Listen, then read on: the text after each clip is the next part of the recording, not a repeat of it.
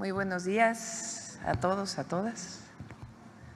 El día de hoy está con nosotros la doctora Edna Vega, secretaria de Desarrollo Agrario, Territorial y Urbano. Está Octavio Romero Oropeza, director general del Infonavit. Está Rodrigo Chávez, director general de la Comisión Nacional de Vivienda. Y José Alfonso Iracheta, director general del Instituto Nacional de Suelo Sostenible. Edna y el equipo nos van a platicar sobre el programa de vivienda. Son, como lo anunciamos el 1 de octubre, 1 millón de viviendas que vamos a construir en el sexenio al menos, y además 1 millón de viviendas que vamos a regularizar. Ese es el objetivo. El 1 millón de viviendas que vamos a construir es una parte con el Infonavit y la otra con Conavi. Es decir, para afiliados al Infonavit una parte y la otra para quienes no son derechohabientes y tienen ingresos menores o el mínimo o hasta 2 o 3 salarios mínimos. Vivienda popular, con un esquema de financiamiento. También está aquí Rocío Mejía, de Financiera para el Bienestar, que a través de Financiera vamos a financiar estas viviendas, ahora lo vamos a explicar. Y por otro lado está Rosa Isela Rodríguez, secretaria de Gobernación, que nos va a platicar sobre la selección de los que se hizo en el Senado para saber quiénes o qué espacios, más que quiénes, qué espacios van a ser o fueron seleccionados para elegirse como jueces, magistrados el próximo junio de 2025. Entonces vamos a empezar con Edna, Octavio, Rodrigo, Rocío, José Alfonso y luego Rosa Isela. Muy breves, por favor. Adelante. Está bien el micrófono.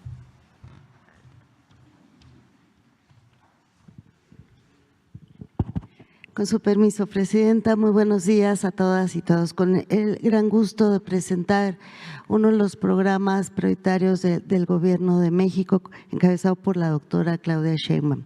Pues este programa ya tenemos en el proceso de elaboración un buen rato con los lineamientos que nos ha dado la Presidenta. ¿En qué consiste?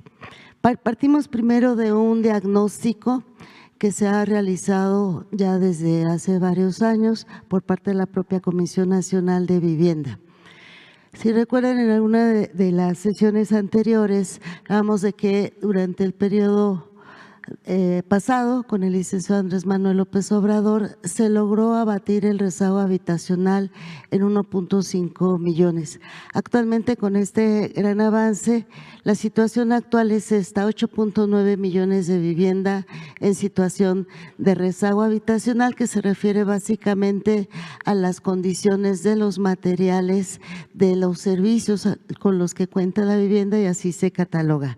¿Cuáles son los municipios donde hay mayor rezago habitacional? Los pueden ver de este lado derecho: Tijuana, Mexicali, Juárez, Ensenada, Acapulco, Centro en Tabasco, Tapachula, Iztapalapa, Cárdenas y Huimanguillo también en Tabasco. Tiene que ver también con condiciones de riesgo. Y por otro lado tenemos lo que se denomina las necesidades de vivienda por crecimiento de la población, y se refiere a que para 2025 2.8 millones de viviendas se requieren por este crecimiento poblacional, y para 2030 será de 6.6 millones de viviendas nuevas. Entonces, sobre esta base les pido observar el plano.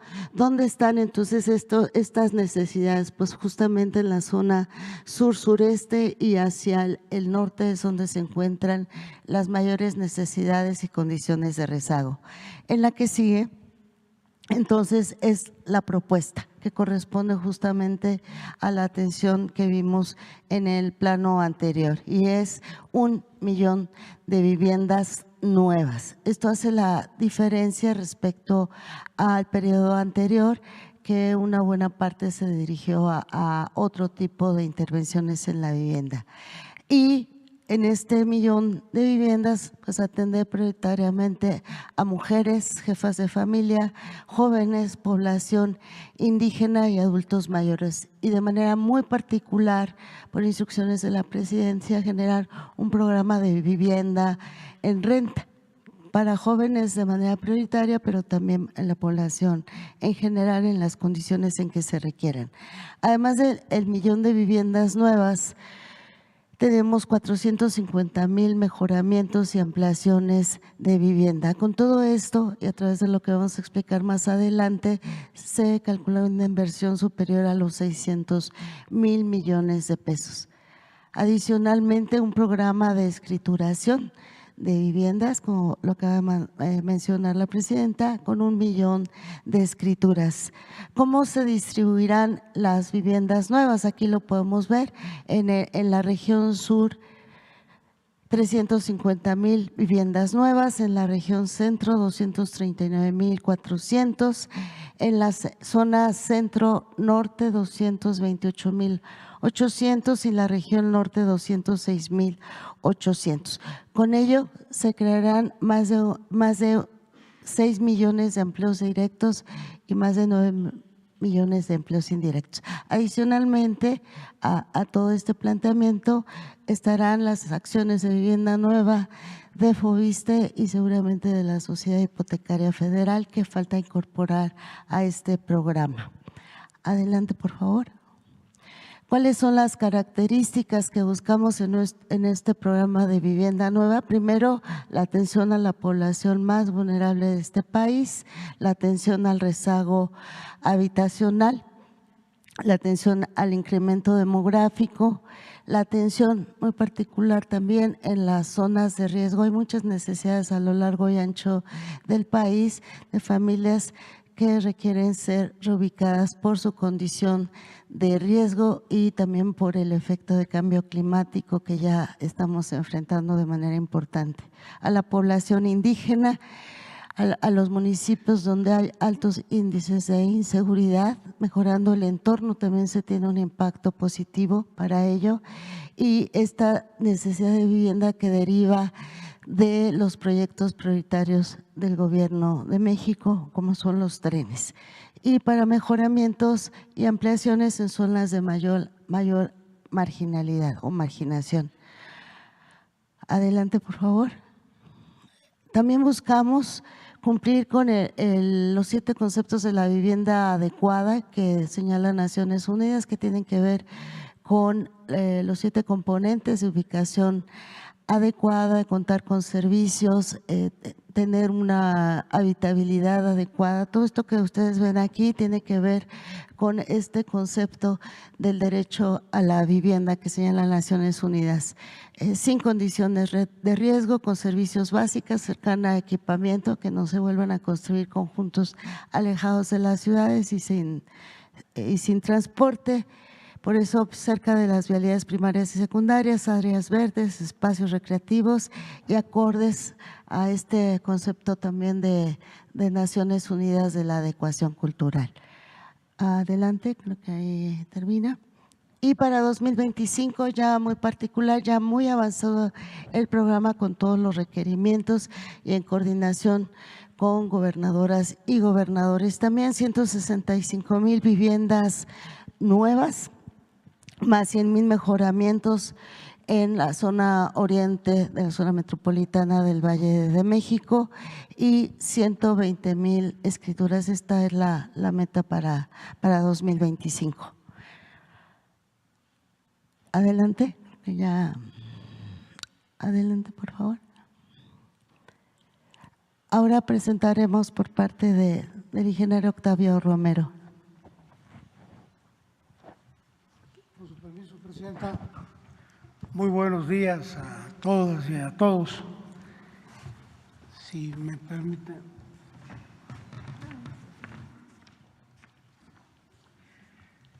Gracias. Bueno, comenzaríamos comentándoles lo que tenemos proyectado en el Infonavit para el cierre de este año, que serían créditos a sus derechohabientes para adquisición de vivienda nueva, vivienda existente y compra de terreno. Queremos cerrar con 340,000 créditos, créditos para construcción de vivienda en terreno propio, 14,000 créditos, créditos para reparar, remodelar o ampliar vivienda, 224,000. Y adicionalmente, y esto es bien importante, mejorar las condiciones tanto de los créditos vigentes como de cartera vencida, cambiando los adeudos de salarios mínimos por mensualidades y tasas fijas. Esto es como pensamos cerrar el 2024. Ahora bien, ¿qué vamos a hacer en los 6 años adicionalmente a las acciones actuales? Bueno, primero que nada, construir 500,000 viviendas nuevas con una inversión en un primer saque de 288,000 millones de pesos. Son viviendas de interés social, de bajo costo, que actualmente no se están construyendo por los desarrolladores y que van a cubrir esta importante necesidad que se tiene de vivienda. También vamos a otorgar créditos, 250,000 créditos para mejoramiento, un estimado de inversión de 20,000 millones de pesos. Esto va a ser adicional al millón de créditos para reparar, remodelar o ampliar vivienda del programa ordinario. En el sexenio pasado fueron más o menos 1 millón de créditos en los 6 años, estamos estimando un 25% adicional. Otorgaremos créditos para población derechohabiente de bajos ingresos, incluyendo los que no están activos. Los trabajadores que no están activos en su mayoría tienen un fondo de garantía y bueno, estos también tienen derecho, van a tener derecho a estos créditos. Ellos podrían no estar activos, pero pueden tener un empleo informal, pueden estarse ellos trabajando por su cuenta o pueden darse de alta voluntariamente o reincorporarse para tener acceso a estos créditos. La clave de todo es la conformación, de acuerdo con la instrucción que nos dio la Presidenta de la República, de construir una empresa constructora para disminuir costos y capacidad, tener esa capacidad de viviendas, y se van a incluir no solo las 500,000 del Infonavit, sino el total, el millón de viviendas, 500,000 del Infonavit y 500,000 que se están estimando para CONAVI y para FOBISTE. Y finalmente vamos a implementar un programa de vivienda en renta con opción a compra. Este programa es importante. La que sigue, por favor. En inmuebles propiedad del Infonavit se va a disponer de vivienda asequible en el esquema de arrendamiento, en donde las rentas van a poder abonar al pago de la vivienda si el derechohabiente decide adquirirla. Esto va a ser aplicado en todo el país, pero va a estar orientado a población prioritaria, sobre todo mujeres jefas de familia, jóvenes, adultos mayores y desde luego trabajadores independientes que se den de alta de manera voluntaria. ¿Cómo vamos a hacerles saber los detalles y la forma de acceso a los derechohabientes? Bueno, a través de las delegaciones del Infonavit en todos los estados, a través de los centros de servicio, están en estas delegaciones, a través de la plataforma que tiene el Infonavit y desde luego con campañas de información que se van a seguir teniendo, como hasta la fecha tiene el Infonavit. Perdón. Perdón. Repito. ¿No se oyó? Nada. ¿O empiezo de nuevo? La última. ¿Cómo Sí. puede acceder la persona? ¿Cómo se va a enterar la gente? A través de las delegaciones del Infonavit en el país. Hay centros de servicio, tenemos 32 en el país, en cada o más, y a través de las plataformas del Infonavit, las digitales, y a través de campañas de comunicación, les vamos a estar haciendo saber cuáles son los detalles y los requisitos para este programa que nos instruyó la Presidenta de la República. ¿Es cuánto, Presidenta? Gracias, Octavio. Rodrigo. ¿Aquí o allá? Adelante.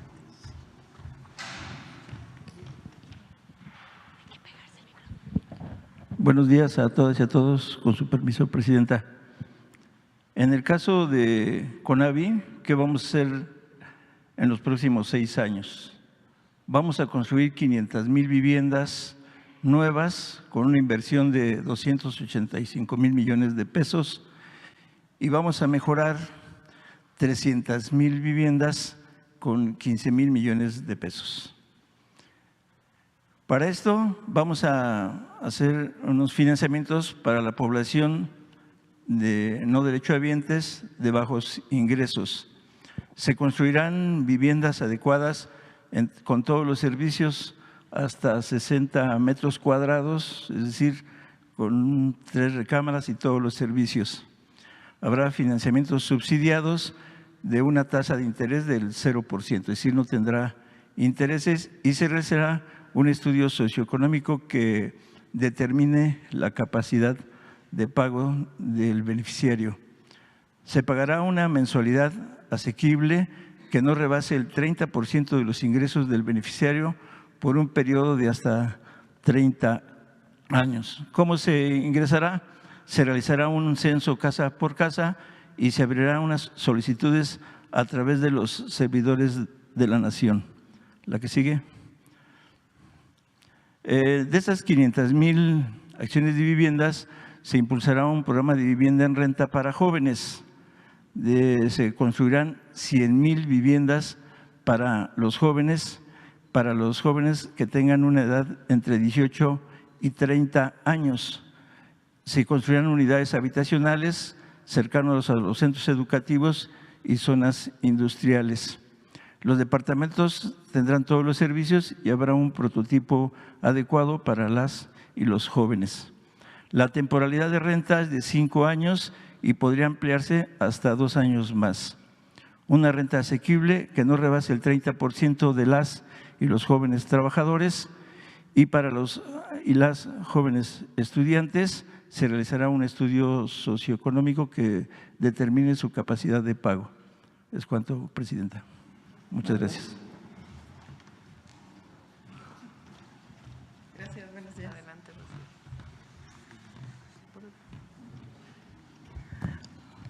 Buenos días, con su permiso, Presidenta Claudia Sheinbaum. Financiera para el Bienestar, como saben ustedes, Telecomunicaciones de México, antes Telecom, será el vehículo financiero para apoyar este gran programa de vivienda.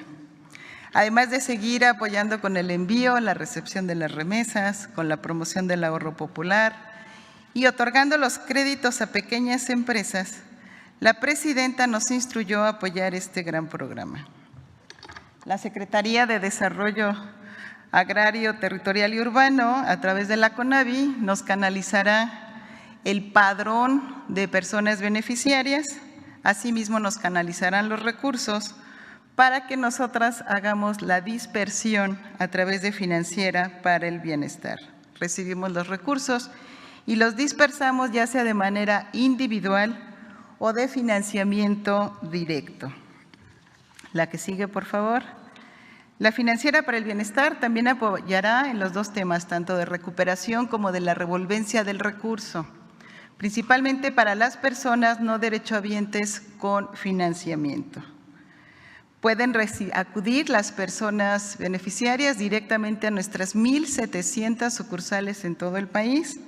Ahí llevarán sus documentaciones, hacer los trámites y ahí mismo podrán hacer sus pagos. Nos firman los documentos y las cartas compromisos de reembolso.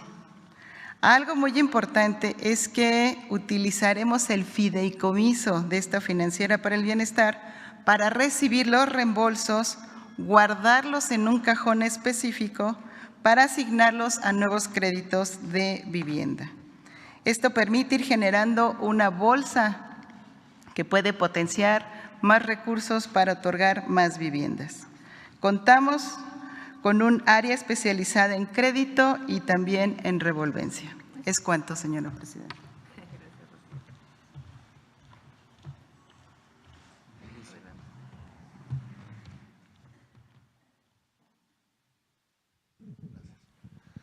Buenos días a todos y todas. Con su permiso, presidenta. La siguiente, por favor. Bueno, en materia de escrituración y de titulación, aquí podemos ver las cifras.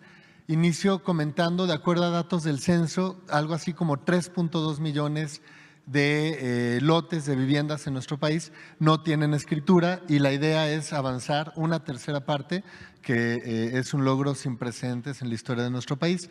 Al final del sexenio se tendrán por parte del INSUS, del Instituto Nacional del Suelo Sustentable, 700,000 escrituras y se colaborará con las demás dependencias, sobre todo con el FOBISTE y el Infonavit, para lograr el 1,000,000 de escrituras que estamos aspirando a tener. Hay que recordar, en muchos casos las viviendas se concluyen, por ejemplo, cuando son apoyadas con créditos de Infonavit o FOBISTE, pero no se transita hacia tener el título de propiedad y la idea es reducir también ese rezago, pero sobre todo en materia del trabajo que hace el INSUS, son los asentamientos irregulares que se encuentran sobre todo asentados en suelo ejidal, que son viviendas en condiciones de pobreza, de precariedad, y ahí es donde nos vamos a concentrar. Y la presidenta ha sido muy precisa en cuanto a las prioridades. Vamos a iniciar con el Estado de México como prioridad número 1. El Estado de México es el que tiene el mayor tamaño, tanto en valor absoluto de número de viviendas sin títulos de propiedad, pero también proporcionalmente, y en particular en el oriente del Estado de México. Para el primer año, para 2025, vamos a llegar a más de 120,000 escrituras, muchas de las cuales serán del INSUS, pero también en colaboración con el Infonavit y con el FOBISTE. Y finalmente, presidenta, comentar, acompañando este programa de escrituración, sigue avanzando el programa de gestión del suelo, que lo que busca es evitar que las nuevas familias que están buscando en dónde vivir terminen en un asentamiento irregular, que tengan un lugar adecuado donde vivir desde el principio. Es cuanto.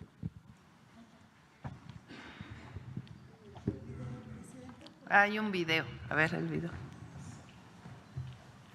Como parte de los 100 compromisos que hizo la presidenta Claudia Sheinbaum para el segundo piso de la Cuarta Transformación, en el Gobierno de México realizaremos el programa de vivienda y regularización, que consiste en construir 1,000,000 de viviendas, mejorar y ampliar más de 450,000 viviendas en zonas prioritarias y regularizar a través de la entrega de 1,000,000 de escrituras. Con estas acciones reduciremos el rezago habitacional, atenderemos la necesidad de vivienda y otorgaremos certeza jurídica a las personas que más lo necesitan en todo el país. Para el programa de 1,000,000 de viviendas, construiremos 500,000 viviendas para personas que no cuentan con seguridad social y otras 500,000 para personas derechohabientes.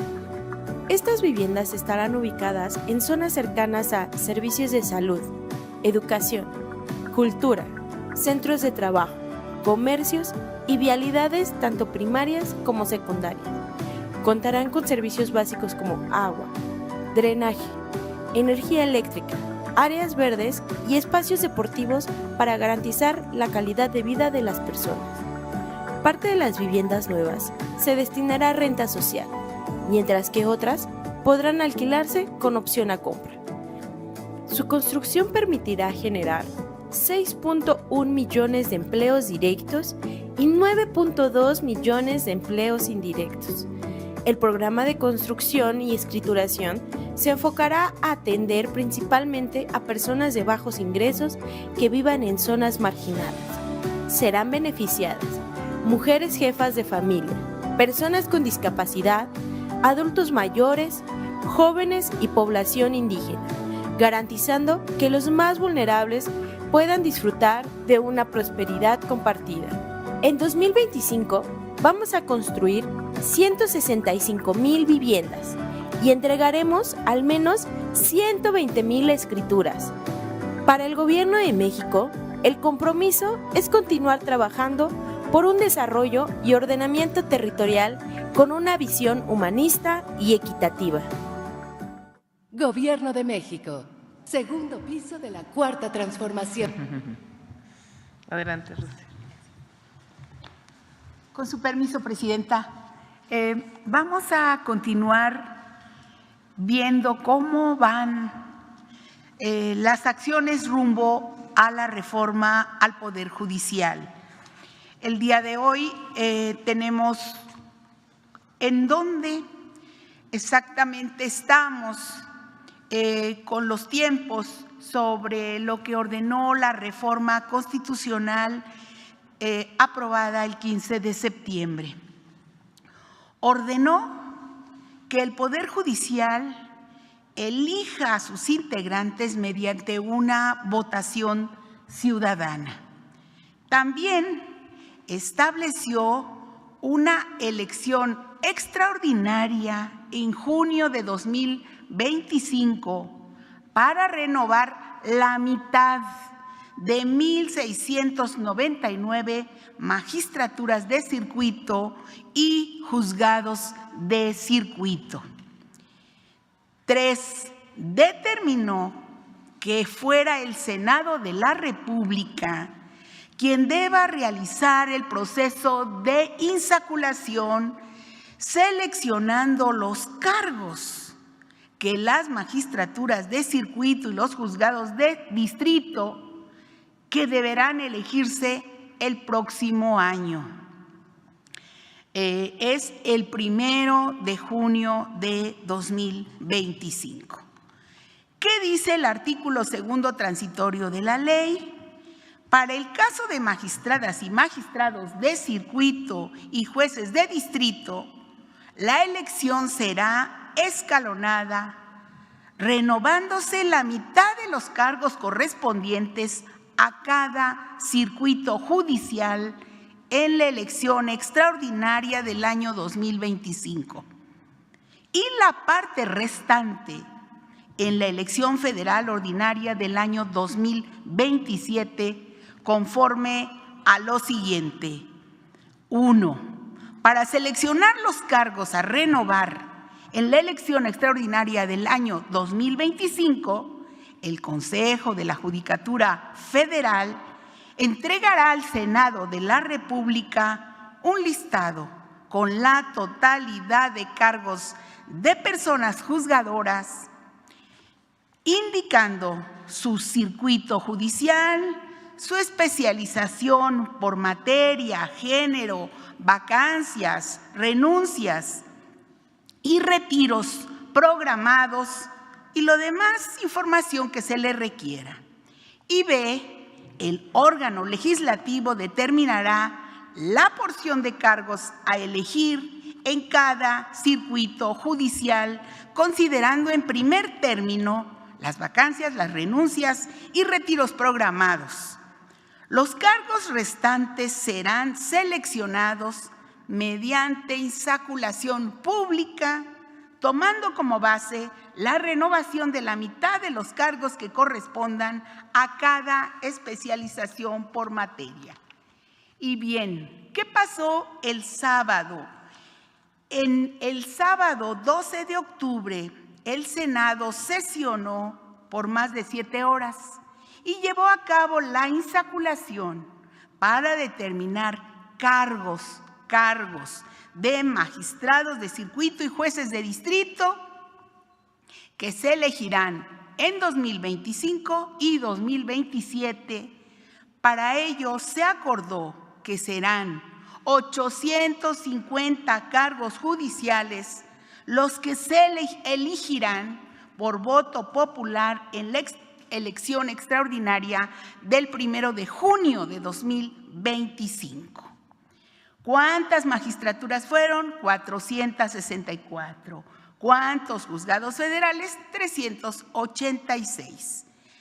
Para obtener este resultado, ¿qué hizo el Senado? Hizo 4 pasos. 1, dividió en números pares e impares las listas de cargos remitidas por el Consejo de la Judicatura Federal con base en el número consecutivo asignado por el propio Poder Judicial.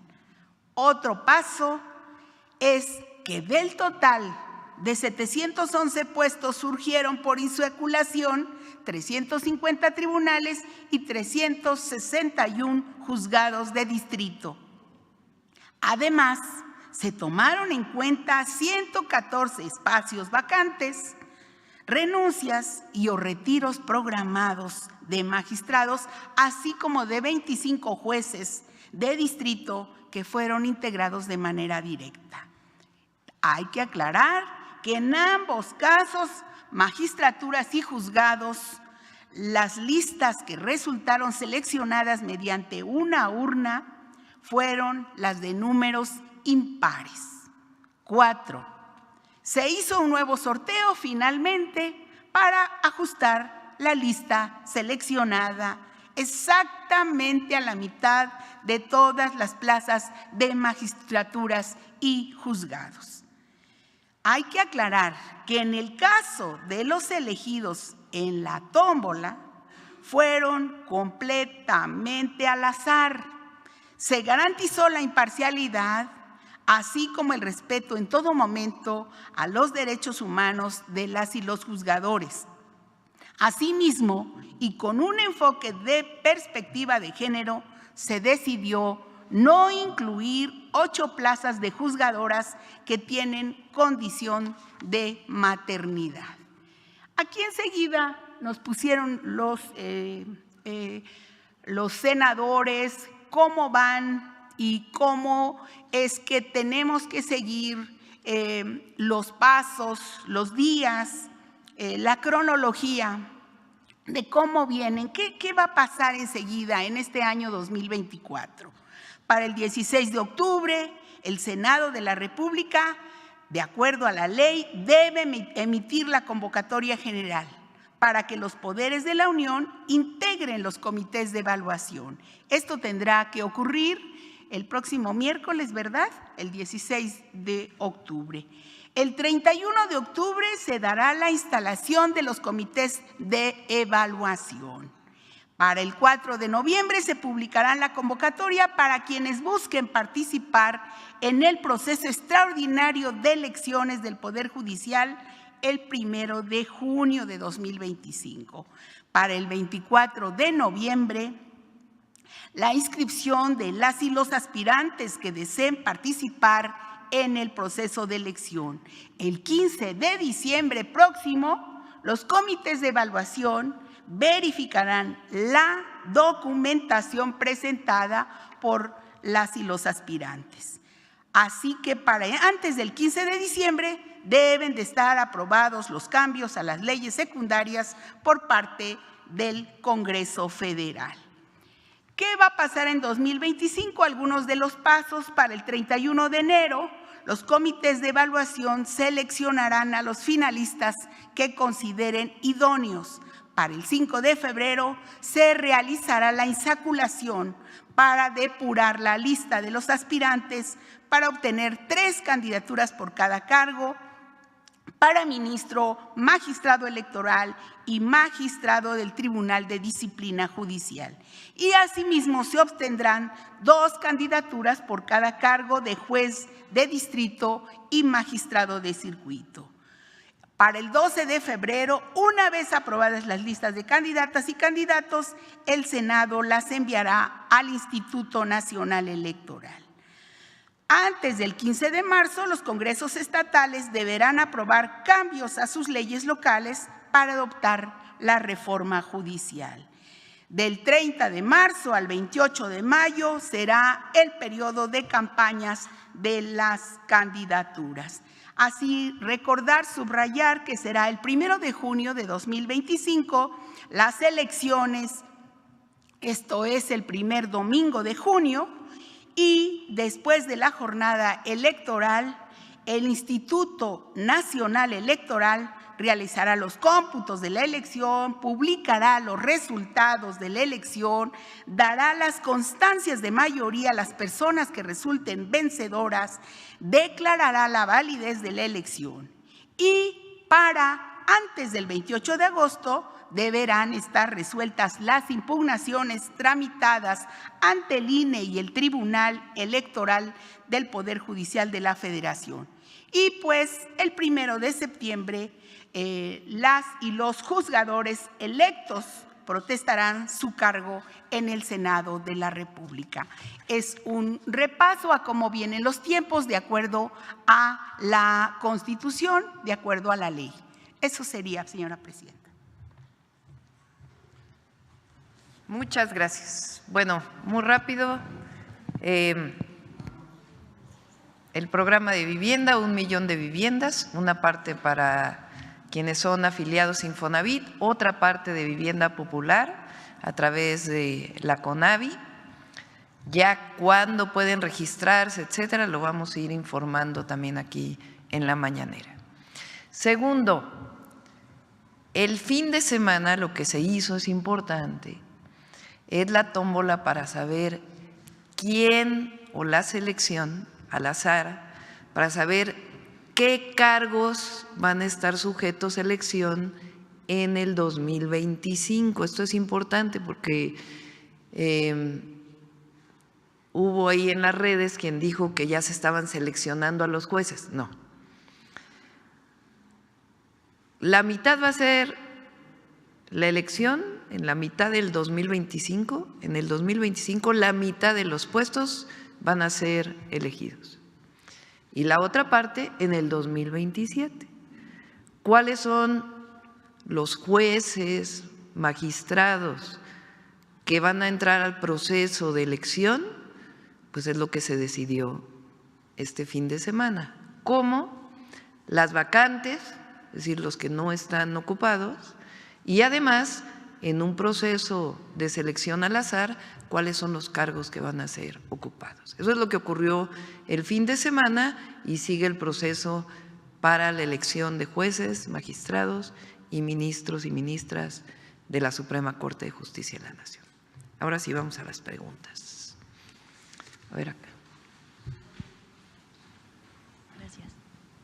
Gracias, presidenta. Buenos días, Carmen Sánchez de ADN 40. Justamente en este tema que tiene que ver un poco con vivienda, el viernes usted viajó a Acapulco, ya nos había dicho que uno de los apoyos también va a ser para reubicar a familias. Me parece que en al menos 15 colonias han detectado justamente que tienen la necesidad de reubicarlas. Preguntarle si estos apoyos entran dentro de este programa, son aparte, y pues si ha detectado más justamente en esta visita que usted hizo, si se necesitan pues más reubicaciones en más colonias de Acapulco, de Guerrero. No son 15 colonias que necesitan reubicarse, son esencialmente las que están en la parte baja cerca del aeropuerto. Esa era en realidad una zona lagunar y se desarrolló, y cuando vienen estas grandes lluvias y avenidas de ríos que buscan su cauce, pues se inundan. Entonces hay una parte de estas viviendas que está en la parte baja, incluso hay una zona que todavía tiene bastante agua, que se está buscando hacer un canal. Estas personas están en un albergue. Edna va a entrar a un censo para saber cuántas son y dónde se pueden reubicar. Es esencialmente una zona de una colonia y quizá algunas otras, pero no son 15 colonias. Va muy avanzada la fase de emergencia, está por terminar, que es lo que faltaría tanto para Acapulco, para otras zonas, acabar de abrir todos los caminos. Y en el caso de Acapulco hay una planta de bombeo de agua potable en donde ya se repararon las bombas, pero hay una fuga de agua en un ducto, en una tubería, y se está arreglando esta fuga de agua que vino también producto del huracán. Entonces, esto es lo único que falta, digamos, para la emergencia, pero prácticamente se está regresando ya a la escuela y ahora empieza pues todo el proceso de reconstrucción. Esta misma semana se entregan los apoyos para limpieza. La vez pasada con Otis se entregaron a todas las viviendas de Acapulco, en este caso a todos los que viven en viviendas de colonias que fueron afectadas, y después a partir del censo quienes requieren reconstrucción, quienes requieren enseres, etcétera, etcétera. Es Acapulco, es Coyuca y son otros municipios que también resultaron afectados. Y en otros dos temas, justamente el que tiene que ver con el proceso que se llevó a cabo este fin de semana, la JUFET justamente pues hizo un comunicado en el que pues bueno expresa su más enérgica protesta, así dice, en contra de los actos realizados en el Senado durante este fin de semana. Saber su opinión, doctora. Y en otro tema que tiene que ver con seguridad, la semana pasada en Puebla se registró un linchamiento, el viernes otro intento de linchamiento en Cholula, me parece en San Andrés Cholula. Justamente ya presentó este plan nacional de seguridad. Si tiene algún punto específico para prevenir que pues los pobladores hagan justicia por su propia mano. Esos dos temas, por favor. ¿Qué es la JUFED? Judicatura Federal. No. La Asociación de Jueces. Que por cierto ya decidieron regresar a trabajar. Un aplauso. Ya, es bueno que ya desquiten sus salarios. Fíjense, a ver, ¿por qué no protestan por esto? Con todo y paro, hubo sabadazo. ¿Qué quiere decir sabadazo? Estas liberaciones que hacen de viernes a sábado, donde supuestamente no están en funciones. Liberaron a una mujer señalada como, con todas las pruebas, porque nos tocó cuando estuvimos en la Ciudad de México, a la Fiscalía de la Ciudad de México, como presunta autora intelectual del asesinato de 2 ciudadanos israelíes en la Plaza Arts. En julio de 2019 fue puesta en libertad el viernes 11 de octubre. ¿Cómo es posible que estando en paro? Pero además, ¿saben quién la liberó?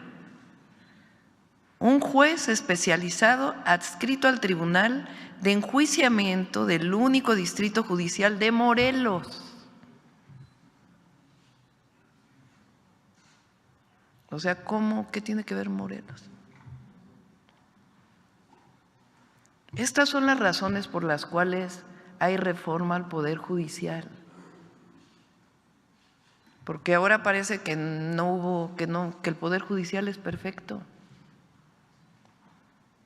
Corrupción, nepotismo, liberaciones de criminales,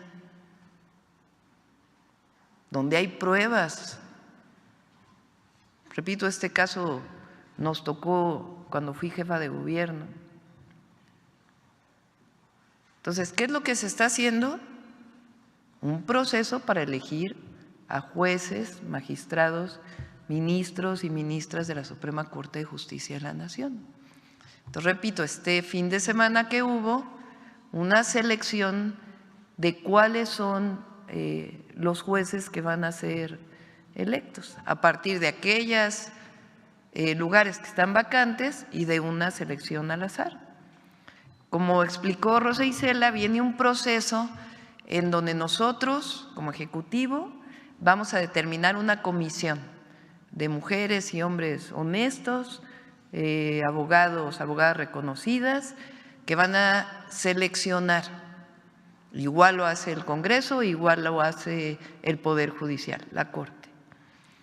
Se nombra este comité, viene una convocatoria se inscriben, quienes quieren participar, tienen una serie de requisitos, promedios, cartas de recomendación, ensayos. Una vez que es revisado que lo que se está entregando tiene sustento, pues a partir de la lectura, de la definición de quienes se inscribieron y de la discusión de estas comisiones, hay una primera selección de quienes van a participar. De ahí puede haber entrevistas públicas para que todas los veamos, por qué se quieren inscribir, cuáles son sus criterios. Y después de eso hay una selección y después van a una tómbola para ver de esos cuáles van a pasar a la elección del 1 de junio del 2025. Entonces, ¿por qué hay una elección? ¿Por qué se van a decidir democráticamente, aprovechando los 200 años de la República, el Poder Judicial? Pues porque hay un Poder Judicial que protege a delincuentes comunes del Fuero Federal y de cuello blanco. ¿Cómo es que en paro todavía dan un amparo para quien tiene que pagar impuestos, otra vez se le prorrogue su caso? Ese es el problema. Hay comunicación con el secretario de Seguridad Ciudadana y los secretarios estatales, pues para evitar estos casos. A ver, por acá. Gracias, presidenta. Buenos días. Claudia Guerrero, del periódico Reforma. Quisiera preguntarle si su gobierno tiene detectado este modus operandi del crimen organizado que se ha presentado en algunas zonas aduanales, que en presunta colusión con funcionarios de aduanas, las organizaciones criminales cobran una especie de impuesto adicional o una extorsión a los importadores. Si lo tienen detectado este fenómeno y cómo podría combatirse este problema. Pues si tienen más datos, con gusto lo revisamos. Se está haciendo un trabajo muy importante. Con el presidente López Obrador se avanzó mucho, tanto en aduanas como en puertos, y se sigue trabajando conjuntamente. ¿Cuál es la manera de saber o cómo podemos saber que disminuyó la corrupción? Porque aumentaron los ingresos tributarios o de derechos. Aumentaron con el presidente Andrés Manuel López Obrador alrededor de 250,000 millones de pesos. Y ahora tenemos una estrategia para que sigan aumentando. Si disminuye la corrupción, pues evidentemente ese recurso se va a donde se tiene que pagar, que es a la hacienda pública. Pero si hay algún caso en particular, pues lo revisamos. ¿Hasta el momento no lo tenían detectado como un modus operandi en esas aduanas? Pues hay que revisar el caso en particular que presentas aquí y con gusto lo revisamos. De todas maneras, se está trabajando en muchos ámbitos, en el caso de la seguridad, en inteligencia e investigación y finalmente en carpetas de investigación que lleven a detenciones. Gracias, presidenta. Y la otra es que quería preguntarle su expectativa sobre la reunión de mañana, sobre el diálogo de alto nivel con los empresarios de Estados Unidos. ¿Cuál es el mensaje que su gobierno dará a estos inversionistas? ¿Qué expectativas tiene del encuentro? ¿Cómo se llevará a cabo? Si gustan, platicamos de eso mañana. Mañana viene Marcelo Ebrard, secretario de Economía, para platicarles en qué consiste este diálogo, el interés que hay de inversionistas, particularmente de Estados Unidos en México, y también va a haber una conferencia de prensa después, donde entre otros se van a anunciar algunas inversiones que ya están planteadas para nuestro país. ¿De qué se trata este encuentro? En su momento empresarios nacionales y principalmente de Estados Unidos plantearon la posibilidad de que tuviéramos un diálogo para conocer pues cuáles son los beneficios, los incentivos que se van a generar para la inversión en México. Yo lo dije el 1 de octubre, el tratado comercial con Estados Unidos y Canadá abre esta posibilidad de lo que se llama hoy la relocalización de las empresas. Muchas empresas estadounidenses que encuentran en México una oportunidad para invertir y a partir de la inversión poder exportar o incluso tener producción para el mercado nacional. ¿Cómo generar las condiciones para que la relocalización no solamente se mida en un indicador que es inversión extranjera directa, sino que signifique también bienestar, es decir, buenos salarios, vivienda, infraestructura, acceso a agua potable, etcétera, etcétera? ¿Y cuáles son las condiciones para que se den estas inversiones? Donde hay energía, va a haber energía eléctrica, donde hay agua.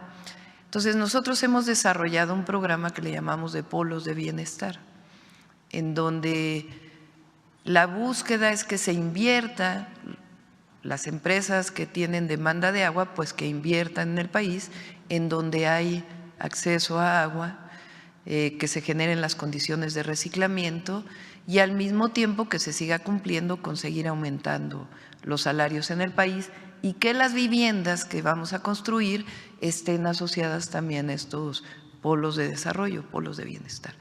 Todo eso es el objetivo de platicarlo el día de mañana. Decía, el 1 de octubre yo planteé que entre nosotros no hay competencia, esa es la virtud del tratado. No es que México compita con Estados Unidos y esté quitando inversiones a Estados Unidos, sino que nos complementamos en este tratado comercial que permite que haya inversiones en México, en Estados Unidos y en Canadá. Gracias, presidenta. Jorge Alegría, que es el director de la Bolsa Mexicana de Valores, comentaba que a México se le está viendo con cautela. ¿Qué le respondería a usted? Pues no coincido con esta opinión, no sé a qué se refiera. Tengo conocimiento a través del secretario de Economía y de manera directa de muchísimas empresas que quieren seguir invirtiendo en nuestro país. México tuvo récord de exportación, ese es el principal socio comercial con Estados Unidos y esto va a seguir en nuestro país. Y lo que queremos es dar las condiciones para que haya la inversión privada y al mismo tiempo ordenarla. Hans. Ahí voy.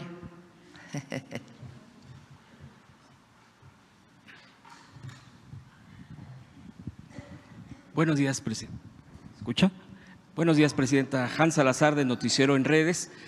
A propósito del tema de la vivienda, que bueno, pues son muy ilustrativos los datos que se prevén, que se proyectan en toda esta planeación. Aquí también se ha expuesto en algún momento el tema de la vivienda para migrantes. Hay muchos migrantes que expresan que quisieran regresar a México y que incluso en algunos casos abandonaron sus cuentas o dejaron sus cuentas del IMSS, de alguna prestación social formal y bueno, a veces preguntan sobre esto y para poder participar, para poder ser incluidos en estos programas que bien se han comentado aquí y que bueno, son de diversos lugares del país. Efectivamente, por ejemplo, Financiera para el Bienestar, pues tiene un contacto a través de sus propias funciones para las remesas, para todo este tipo, incluso preguntan mucho cómo es que podemos ahorrar. Bueno, Financiera para el Bienestar, que es parte de la información que se ha proveído, que es a través de abrir una cuenta, una tarjeta, incluso el envío de las remesas, etcétera, y preguntar si estos mecanismos pudieran servir precisamente para poder abrir, no sé si un programa o dentro de estos programas incluir a los migrantes. Y dentro también en el tema de la vivienda, bueno, ya se ha comentado el tema de Acapulco.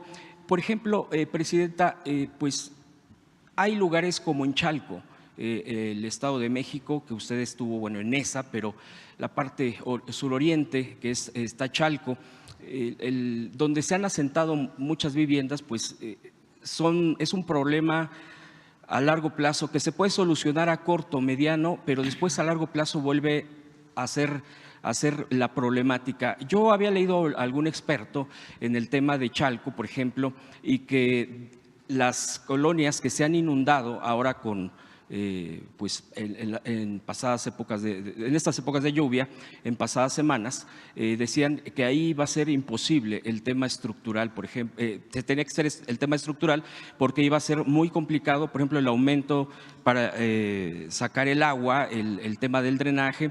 Ahí se está haciendo estudios al respecto. ¿Y qué pasará con otras zonas, por ejemplo, donde se abandonaron viviendas porque solamente era especulación? Se ponían a mucha distancia, 3 horas del trabajo, no había servicios. ¿Qué pasará con todas estas zonas, Presidenta? ¿Se tiene algún censo?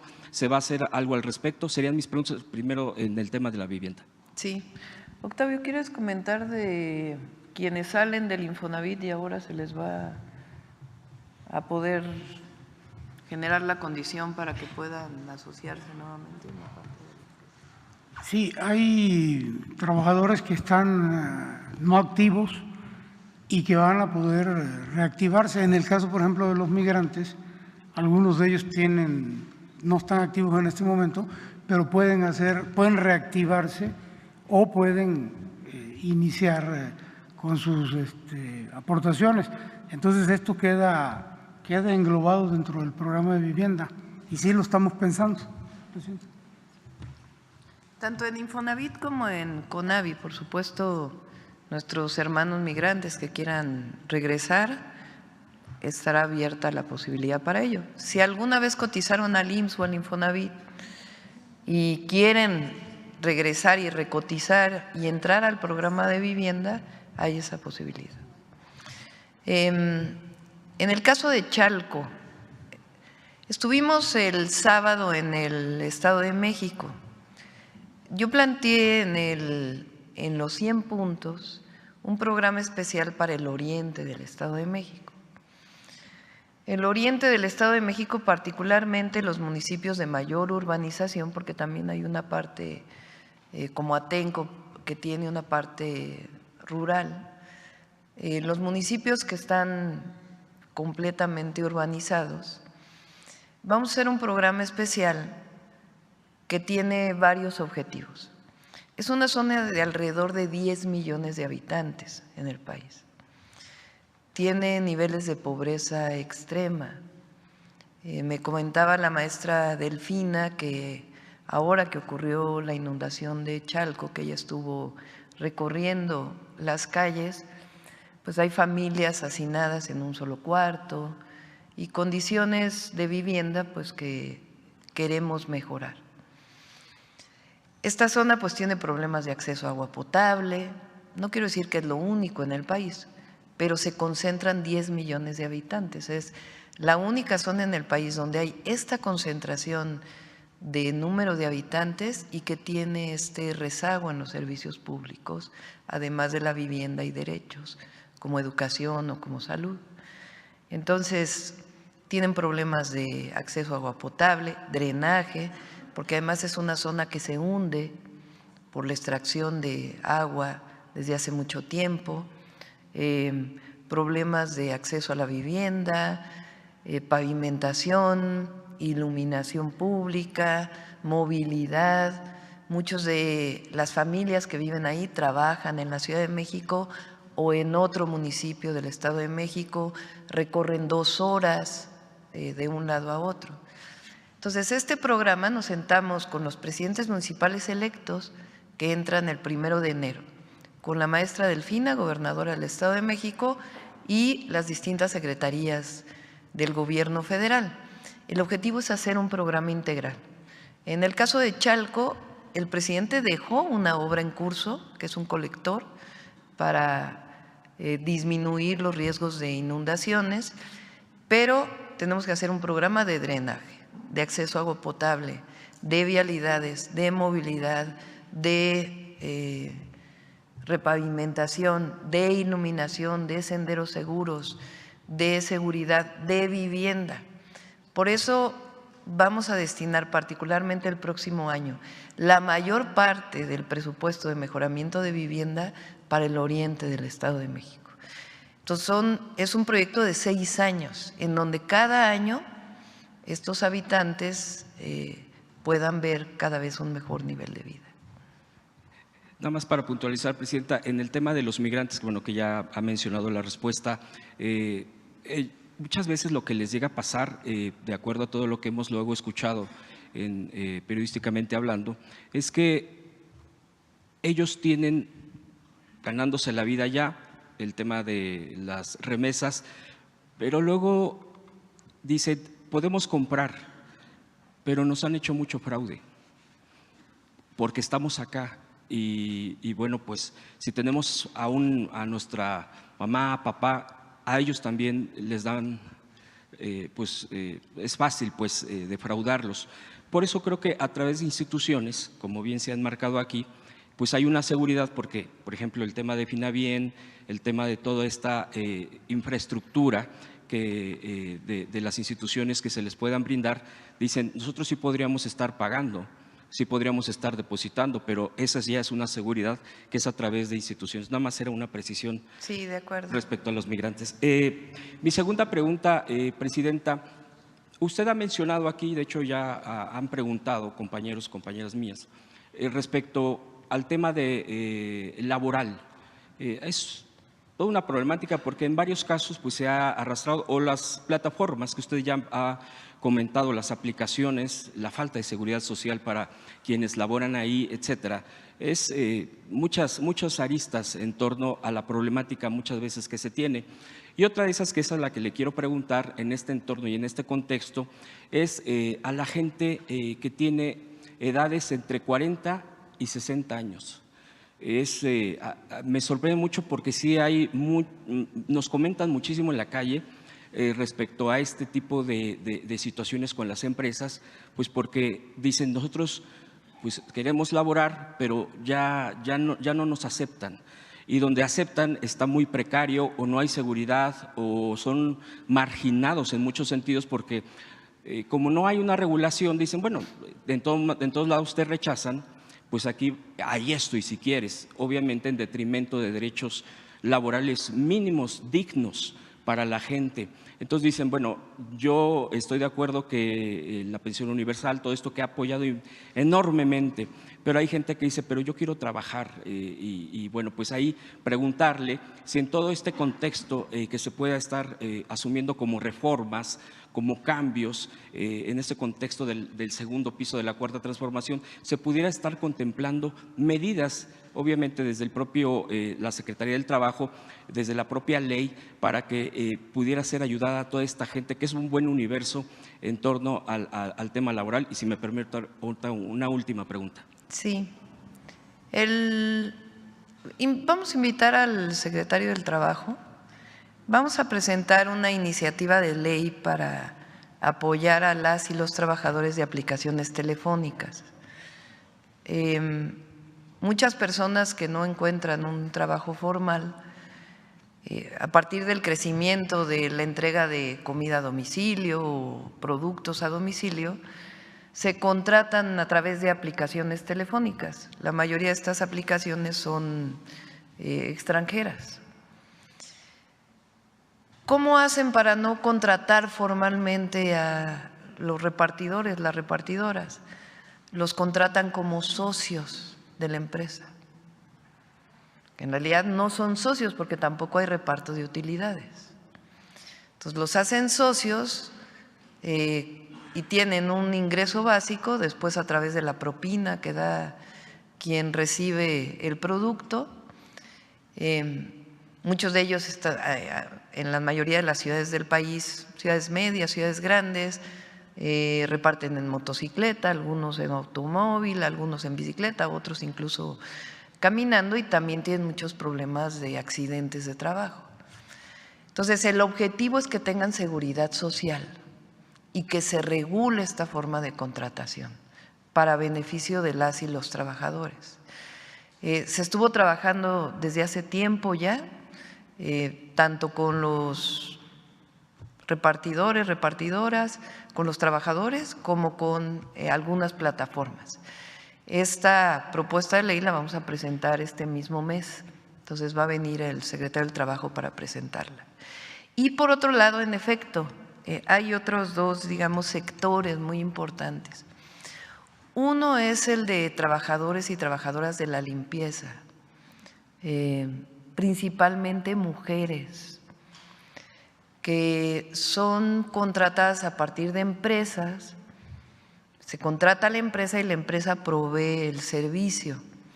Y también tienen condiciones laborales precarias, ganan el salario mínimo, la mayoría de ellas, porque son mujeres, la gran mayoría, también hay varones, también hay hombres, pero no tienen, por ejemplo, horarios de comida o algunas circunstancias que incluso en toda la campaña me estuvieron manifestando. Entonces también ahí vamos a entrar a un proceso de mejora de las condiciones laborales por ley. Y la otra es mujeres, hombres en efecto de 40, 60 años o mayores que no tienen tanto acceso al empleo.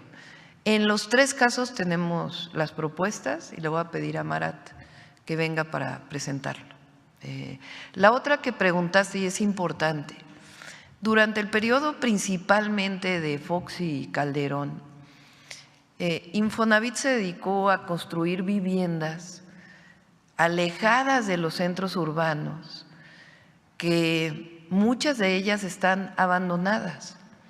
Se habla incluso de 600,000 viviendas abandonadas, o incluso algunas que han sido ocupadas por quienes no son los dueños originales y que ya viven en estos lugares. Y Octavio tiene la tarea de hacer un programa para poder resolver esta problemática. A diferencia de entonces, que en realidad era un programa para las inmobiliarias, era un programa de desarrollo inmobiliario, en donde quienes se beneficiaron fueron empresas inmobiliarias que incluso algunas de ellas quebraron, porque no estaba planteado en términos del derecho a la vivienda, no estaba planteado construir viviendas a través de desarrolladores inmobiliarios, también con mucha corrupción y especulación. Entonces, hay que dar una solución a esas viviendas, a esas 600,000 viviendas. Lo vamos a presentar porque Edna, Octavio están trabajando sobre ello.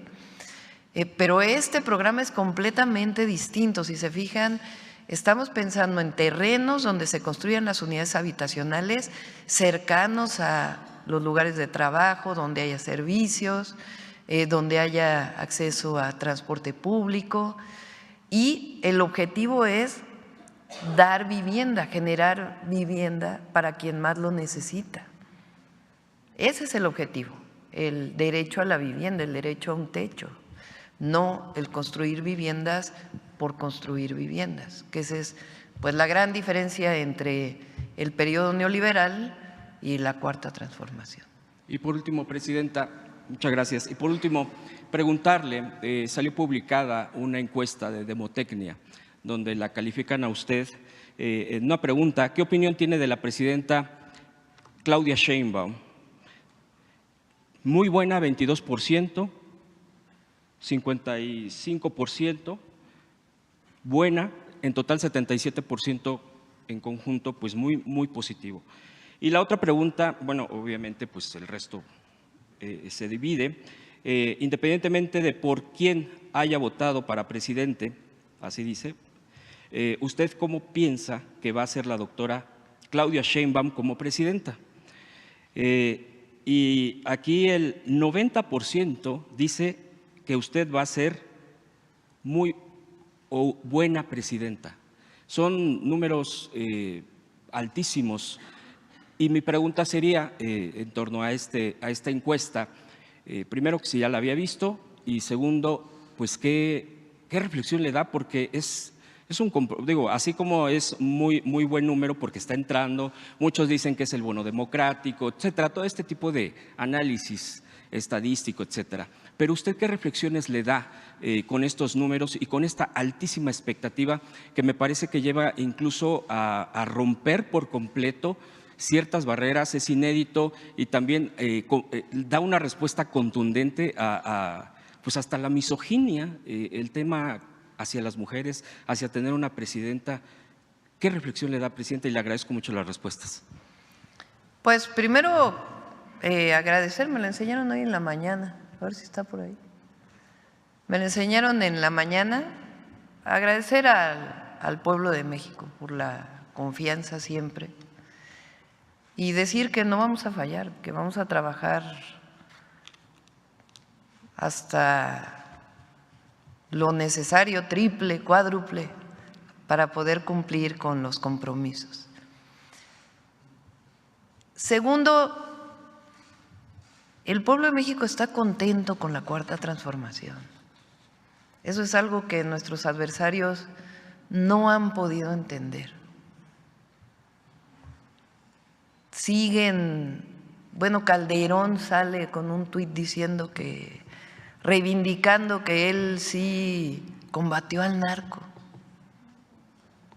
cuando dentro de 2 días van a dictarle sentencia a su secretario de Seguridad por colusión con el narco. Bueno, a ver, explíquenme eso. Lo menos pues es cinismo, ¿no? La verdad. Pero como él, ahí están los mismos pues de siempre que criticaban al presidente López Obrador, pues son los críticos de ahora. Y el problema es que no han entendido que el país cambió, que el pueblo de México quiere que continúe la transformación, que la mayoría del pueblo de México quiere que se elijan a los jueces, magistrados y ministros, y que quieren que siga un gobierno que esté destinado al beneficio del pueblo y a los derechos del pueblo de México. Eso es lo que está ocurriendo en el país. Y por eso decimos que no vamos a traicionar ni vamos a defraudar. Vamos a trabajar todos los días, vamos a seguir en territorio, vamos a seguir en comunicación con la gente y vamos a cumplir los 100 compromisos que establecimos. Y por eso pues el trabajo que desarrollamos y el equipo, el gran equipo que tenemos, que es parte de esta gran transformación que inició hace muchos años en la conciencia del pueblo de México y que se consolida con el gobierno del presidente López Obrador, porque además de la honestidad dio resultados. Ahora sí que es honestidad que da resultados para beneficio del pueblo. Entonces eso es lo que se ve aquí. Agradecer y no vamos a defraudar, no vamos a traicionar la confianza del pueblo. A ver acá porque son de tómbola. Ya ven que la tómbola ahora es la democracia. Buenos días, presidenta. Gloria Carpio, del periódico Diario Imagen. Respecto a lo de la vivienda, ¿qué va a pasar con una familia joven o estudiante que adquiera o obtenga una de esas viviendas, el millón que se van a construcción en su administración? ¿Qué pasa si se queda sin trabajo, incapacitado o bien fallece? En el caso de una familia, si se trata de la jefa o jefe de familia que llegue a faltar y que sea el sostén de ese hogar, ¿qué medidas en estos casos contempla ese ambicioso programa de vivienda?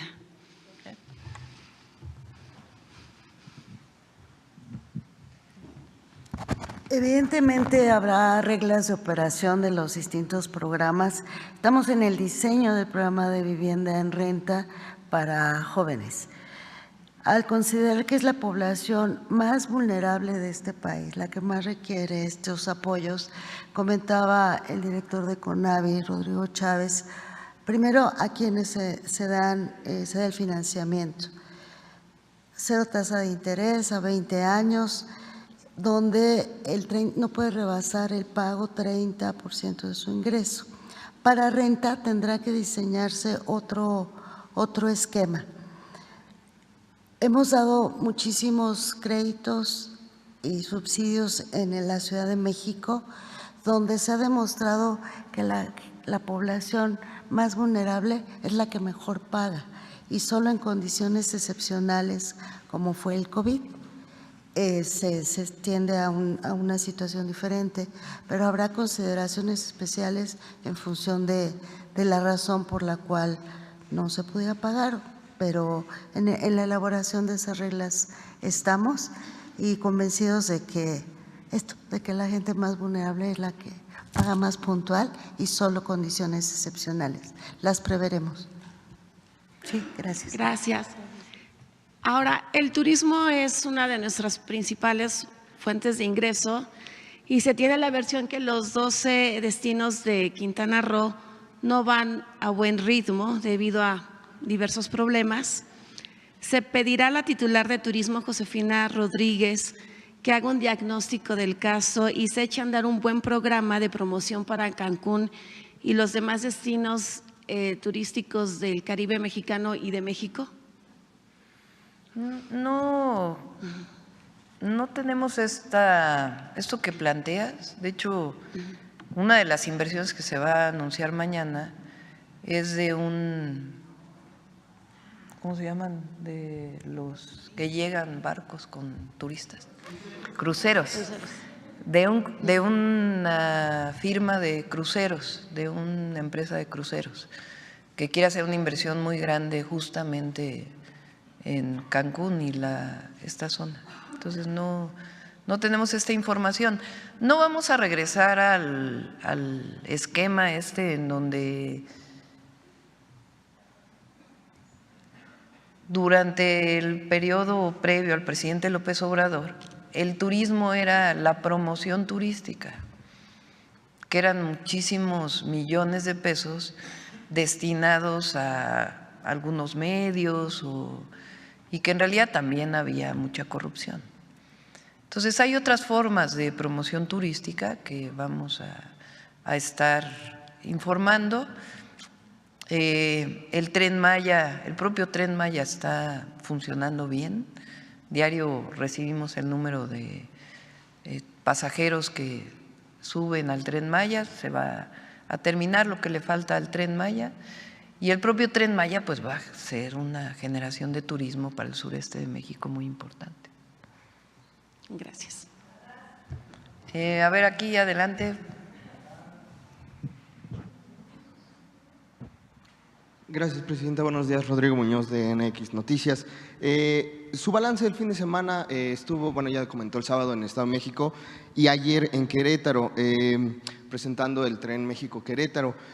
Hoy precisamente inicia en el Senado la discusión de la reforma que enviaron la semana pasada sobre los trenes de pasajeros. Su opinión al respecto de este proyecto de trenes y aprovechando, usted misma comentó que previo al evento oficial sostuvo un encuentro con el gobernador Mauricio Curi para hablar sobre proyectos estratégicos. Obviamente el tren es uno, pero si hay algún otro que se haya puesto sobre la mesa y que sea importante. Sí, la dinámica de las giras que estamos haciendo ahora es, bueno, por ejemplo, el sábado fuimos a un registro de mujeres de 63, 64 años. Como se nos hizo temprano, pues pasé a ver el registro. Pero normalmente la dinámica es, nos reunimos con gobernadora o gobernador, con su gabinete y el gabinete federal, sobre todo para aquellos proyectos estratégicos que previamente estuvimos platicando.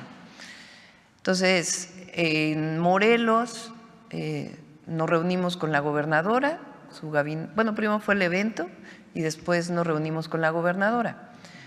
Ahí surgieron 10 compromisos para Morelos.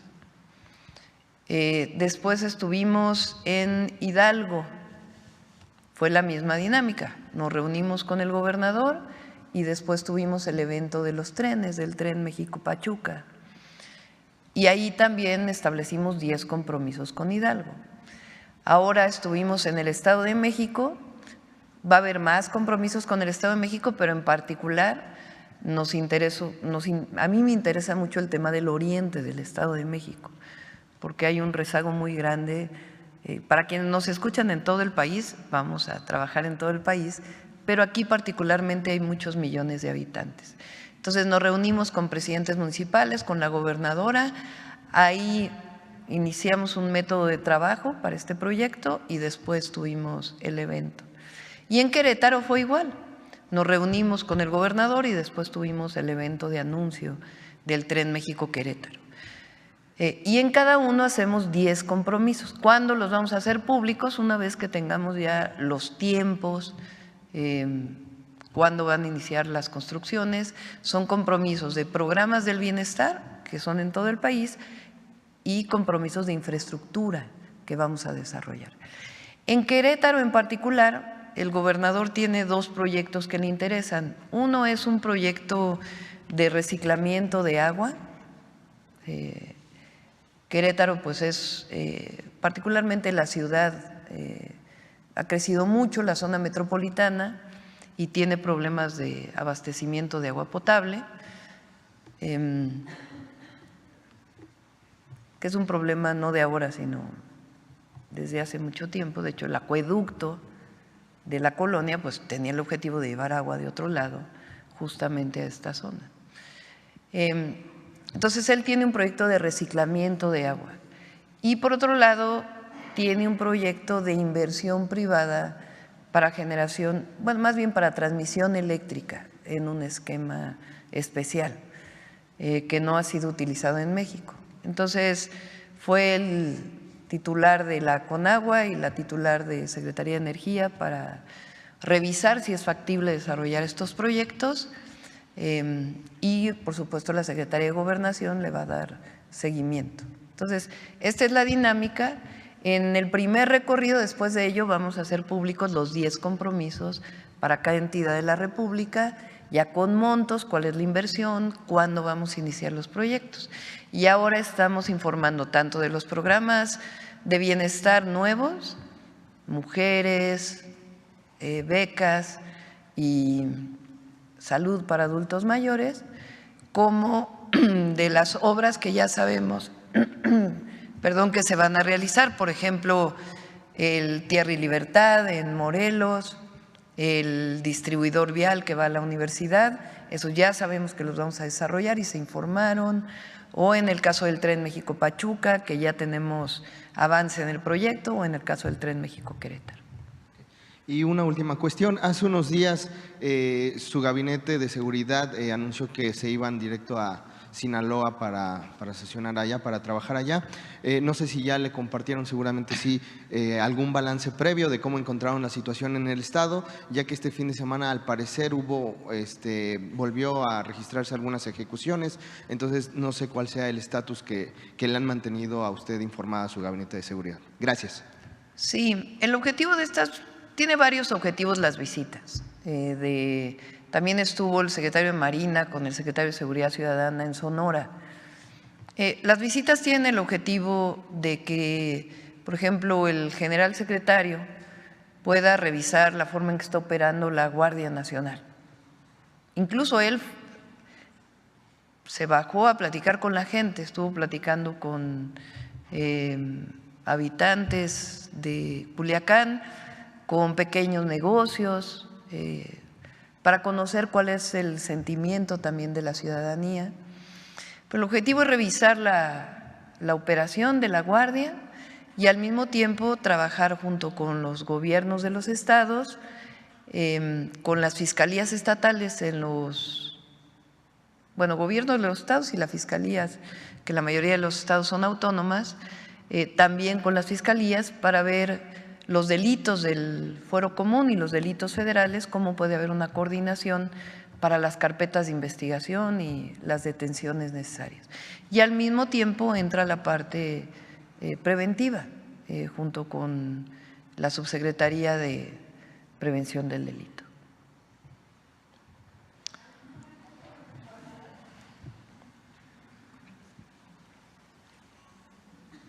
Gracias, buenos días, doctora Aurora Castillejos, reportera de Canal 14 SPR. Preguntarle, doctora, sobre esto que mencionaba de las vías del tren. Entiendo que hay una forma a través de la fibra óptica de poder llegar hacer llegar el Internet a diversas comunidades. ¿Se está considerando esta planeación o algún programa para hacer llegar el tema de Internet a más comunidades, a regiones más alejadas? Sí, la modificación a la Constitución en los artículos 27 y 28, platicamos aquí que esta modificación incluye electricidad, petróleo, cambiar las empresas energéticas de empresas productivas del Estado a empresas públicas, regresarle su carácter de empresa pública, más la preponderancia particularmente de CFE y que no sean consideradas como monopolios. Pero también en esa reforma viene la posibilidad del Estado de proveer Internet, particularmente a las zonas más alejadas. Como está ahora tiene muchas limitaciones Comisión Federal de Electricidad para llevar el Internet para todos. Muchas veces tiene que ser la venta a través de una empresa, como en el caso de Altán, que fue la compra que hizo el presidente. Entonces, esta modificación también va a permitir que Comisión Federal de Electricidad lleve el Internet a los poblados más alejados. Es parte de la modificación de la Constitución y vamos a seguir con Internet para todos, con Comisión Federal de Electricidad.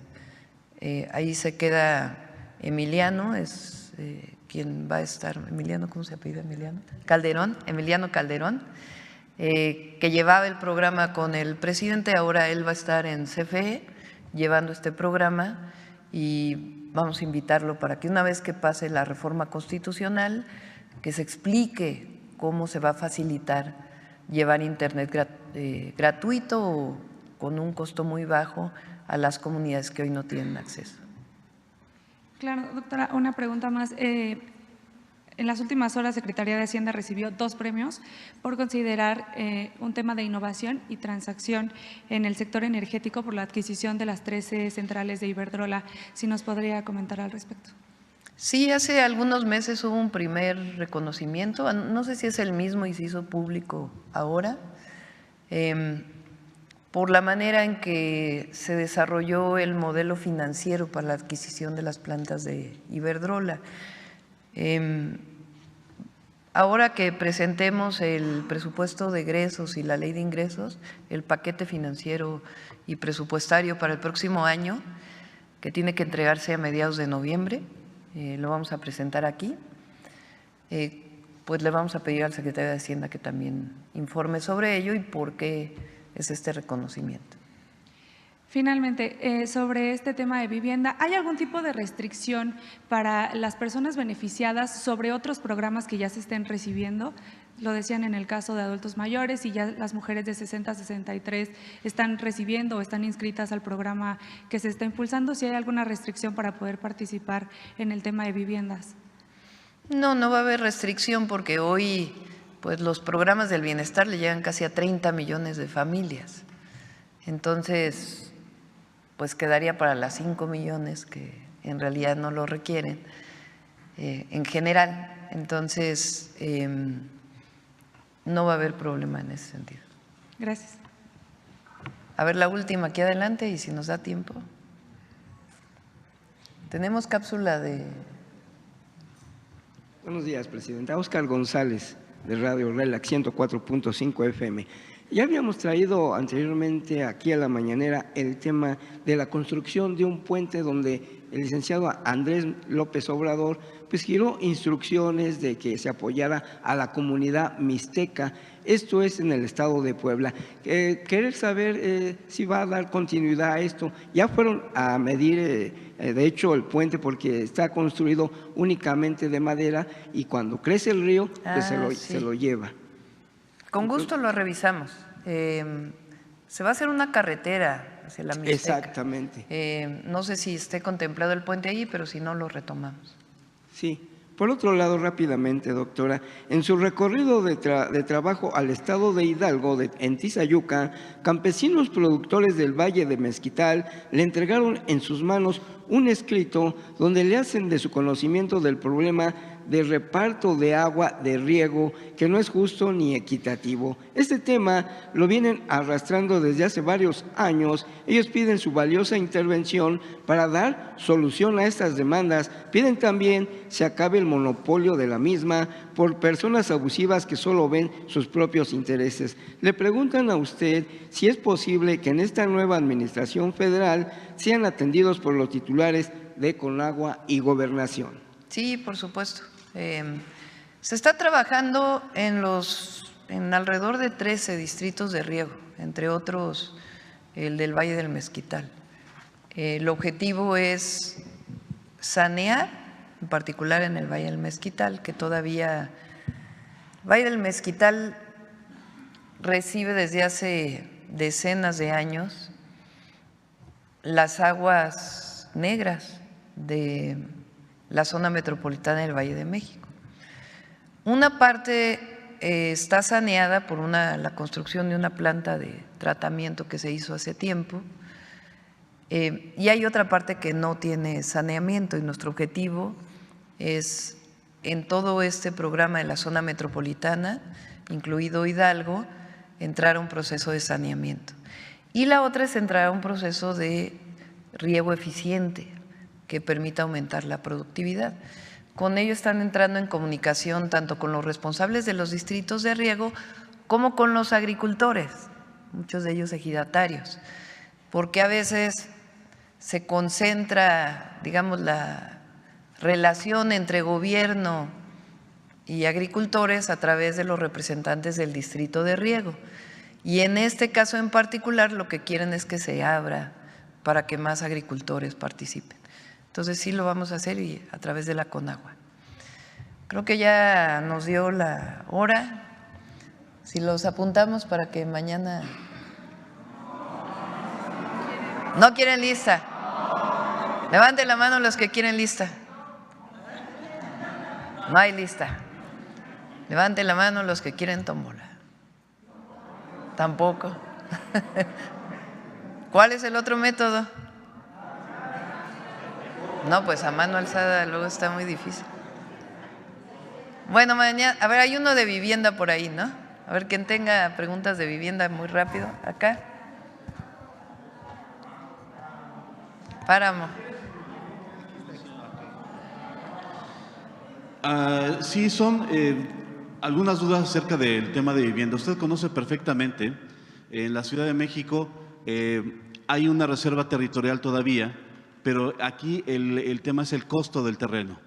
Igual en la zona metropolitana de la Ciudad de México, una de las razones por las cuales se fueron muy lejos estos desarrollos es que el costo del terreno era muy bajo en la periferia, porque en la zona más cercana al Distrito Federal, Ciudad de México, es carísimo. Entonces mi pregunta es si se quiere hacer precisamente esta dinámica de llevar la vivienda a las zonas donde haya mejores servicios urbanos, transporte, escuelas, comercio, etcétera. ¿Cómo se va a resolver el tema del costo del terreno?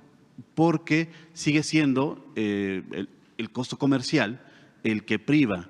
Entonces, el gobierno, ¿cuál va a ser la estrategia que va a tener a través de la compra del terreno a precio comercial o algún otro esquema de los cuales el gobierno puede echar mano para obtener ese terreno, construir vivienda en zonas cercanas, al menos al transporte público? Primero es la reserva territorial del propio gobierno o los gobiernos estatales. Ahí estamos concentrando la primera parte. Hay incluso reserva territorial, quiere decir un terreno que es del gobierno federal, de distintas instancias del gobierno federal o del gobierno o de los gobiernos estatales, para poder ser donado para vivienda, y si no, se compraría el suelo. Te voy a dar un ejemplo. Cuando fui jefa de gobierno, hicimos varios desarrollos habitacionales a través del Instituto de Vivienda. Uno de ellos está en Atlampa. Atlampa es una zona cercana al centro de la ciudad. Era un terreno de Pemex. Entonces, ese terreno de Pemex se limpió porque estaba contaminado y ahí se construyeron las viviendas de campamentos que estaban desde 1985. Así Aetna tiene ya pues cerca de 3 meses, junto con todas las instancias de la Secretaría de la SEDATU, que está revisando cuál es la reserva territorial que quede cerca de las zonas urbanas para que puedan desarrollarse estas unidades habitacionales. Infonavit tiene sus propias reglas, pero también hay reservas territoriales de Infonavit. Y si no, se compraría suelo, que sería, digamos, a costo del gobierno para que se pueda desarrollar la vivienda económica. Okay. Segunda duda es, en las láminas alcancé a ver que se va a constituir una empresa constructora del gobierno. Me gustaría saber cuándo tendríamos ya los detalles de cómo se va a llamar, quién la va a dirigir y cuál será su mecanismo de operación. ¿Sería esto precisamente de trabajar para obtener el suelo, la reserva territorial, pero además esa empresa va a comprar los insumos, los materiales, contratar el personal? ¿Cómo sería el manejo de esta empresa que hasta donde yo recuerdo el Infonavit entrega créditos para que uno compre a través de una empresa constructora, pero es la primera ocasión que yo tengo idea de que el gobierno va a construir casas y cuál sería su presupuesto a futuro? Sí, es una iniciativa que viene desde el gobierno del presidente López Obrador. Fue una de las iniciativas que se enviaron el 5 de febrero del 2024. Es un cambio constitucional. Entonces, primero tiene que darse el cambio constitucional para que Infonavit tenga esa atribución. Después viene una ley secundaria y ya el modelo de cómo se desarrollaría. Octavio ha estado pensando, o en el equipo hemos estado pensando en varias opciones. Una es la construcción total, es decir, formar la empresa constructora vinculada al Infonavit y que construya toda la vivienda. Otra es que adquiera los materiales, todo de manera transparente para que no haya ningún problema, que adquiera los materiales, cemento, varilla, etcétera, y que también puedan participar en la construcción, ya brindando los insumos, la materia prima desde el Infonavit. Y la otra es continuar con los procesos actuales, en donde se den créditos para la construcción de vivienda con desarrolladores inmobiliarios. En el caso de Conavi, que son las viviendas para todos aquellos que no tienen Infonavit, que son viviendas que, esto es importante, porque el modelo de la Conavi se les va a dar un crédito de 0% de interés a pagar en 20 años o 15 años. Y que no paguen más del 30% de sus ingresos. Y estamos pensando en familias de escasos recursos que también puedan tener acceso a la vivienda. En este caso, pueden también firmar convenios con la empresa del Infonavit que les permita acceder pues a estas facilidades. ¿Cómo lo vamos a hacer? Ya tenemos el modelo, ahora que pase la reforma constitucional y la ley secundaria, ya venimos aquí a la mañanera a explicarles con todo detalle cómo funciona esta empresa. Sí, y por último, con el tema de la reunión que tuvo el fin de semana. El objetivo es vivienda de bajo costo. El objetivo es vivienda de bajo costo para que las familias mexicanas y particularmente las y los jóvenes tengan acceso a la vivienda. Se tendría, perdón, ahorita que haces esta acotación, idea de cuánto costaría una vivienda con este esquema que está planteando. Estamos hablando desde 700,000 pesos hasta 1,200,000. O sea, sería, no sé, metros cuadrados. El objetivo es prototipo. Que 60 metros cuadrados, si son un poco menores, tendrían que ser para estudiantes, por ejemplo, las viviendas en renta pueden ser un poco más pequeñas. Estudios. Pero en general se busca que tengan lo mínimo indispensable. Y por último, ya comenté ahorita algunos detalles acerca de temas generales de la reunión que tuvo con alcaldes de la zona metropolitana del Estado de México. A mí lo que me interesa saber es qué se va a atacar primero, porque en la zona periférica de los municipios de la zona metropolitana literalmente falla todo, absolutamente todo. Si no es el pavimento, es el abasto de agua, es el drenaje, la recolección de basura, la vialidad, la movilidad, todo falla. ¿Qué se va a atacar primero, Presidenta? Porque son más de 20 municipios, son más de 10 millones de habitantes, es literalmente entrarle a urbanizar un país completo en términos estrictos. ¿Y qué se va a hacer primero? Mejorar las vialidades, el abasto de agua. Ese es justamente el proyecto integral que vamos a desarrollar. No vas a pavimentar en donde después vas a arreglar la distribución de agua potable. Tiene que entrar primero uno y después el otro. Y la idea es que se junten los fondos, o sea, que el municipio ponga una parte, que el Estado de México ponga otra parte y otra parte el Gobierno de México. ¿Sería un tercio cada uno o sería otro? Ya lo vamos a presentar, cómo estaría, porque hay municipios como Los Reyes La Paz que su presupuesto es muy pequeño.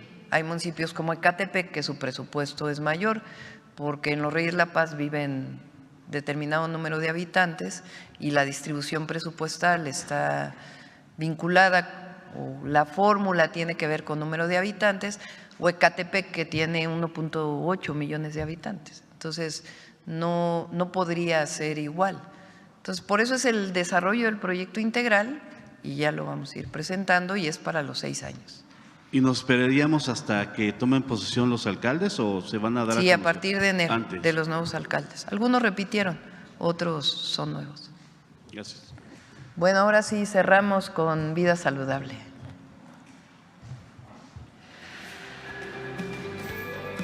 Todas las personas tenemos derecho a una vida saludable. Sin embargo, alrededor de 2.8 mil millones de personas en el mundo no tienen la posibilidad de ejercer ese derecho. Es decir, la tercera parte de la población mundial. Por esto, este Día Mundial de la Alimentación está dedicado al derecho a consumir alimentos sanos para tener una vida y un futuro mejores. Justamente por ese compromiso con la creación de una sociedad más justa y más saludable, hay que proteger a las niñas y niños en la escuela, donde adquieren los hábitos y conocimientos que les acompañarán toda la vida. Durante décadas, las y los estudiantes tenían acceso a alimentos procesados que por su exceso de sal, azúcar y grasa ponían en riesgo su salud. Ahora, las escuelas serán el espacio en el que niñas, niños y adolescentes accedan a una alimentación sana y adecuada, que les permita gozar de salud y bienestar, al mismo tiempo que protege al medio ambiente. Para conseguirlo, el pasado 30 de septiembre se publicaron en el Diario Oficial de la Federación las medidas que garantizan a las y los estudiantes nutrición y salud desde los primeros años de vida. Los alimentos y las bebidas que se ofrezcan al interior de las escuelas deberán privilegiar ingredientes naturales o mínimamente procesados de la localidad o la región. Y si sus empaques tienen sellos de advertencia, no podrán estar en las escuelas. Las niñas y los niños tendrán al alcance verduras y frutas regionales y de temporada. Si se trata de alimentos de origen animal, se deberá ofrecer pescado y aves como pollo y pavo, magros y sin piel, asados, horneados o cocidos.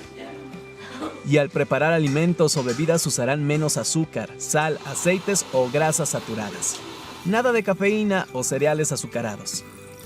Y claro, se deberá asegurar la disponibilidad de agua, que es lo mejor para aliviar la sed. Estas son algunas de las medidas más importantes que se aplicarán en escuelas de todo el país. Y lo ideal es replicarlo en casa, en beneficio de toda la familia. Porque la salud no es un privilegio, es nuestro derecho. Alimenta tu vida. Esta es la norma que salió publicada el 30 de septiembre. El próximo lunes vamos a hablar de ello. Son algunos meses que se determinaron para su aplicación y viene Mario Delgado y Salud para poder explicar cómo vamos a hacer realidad finalmente que las niñas y los niños en las escuelas no consuman alimentos procesados. Gracias a todos y a todas.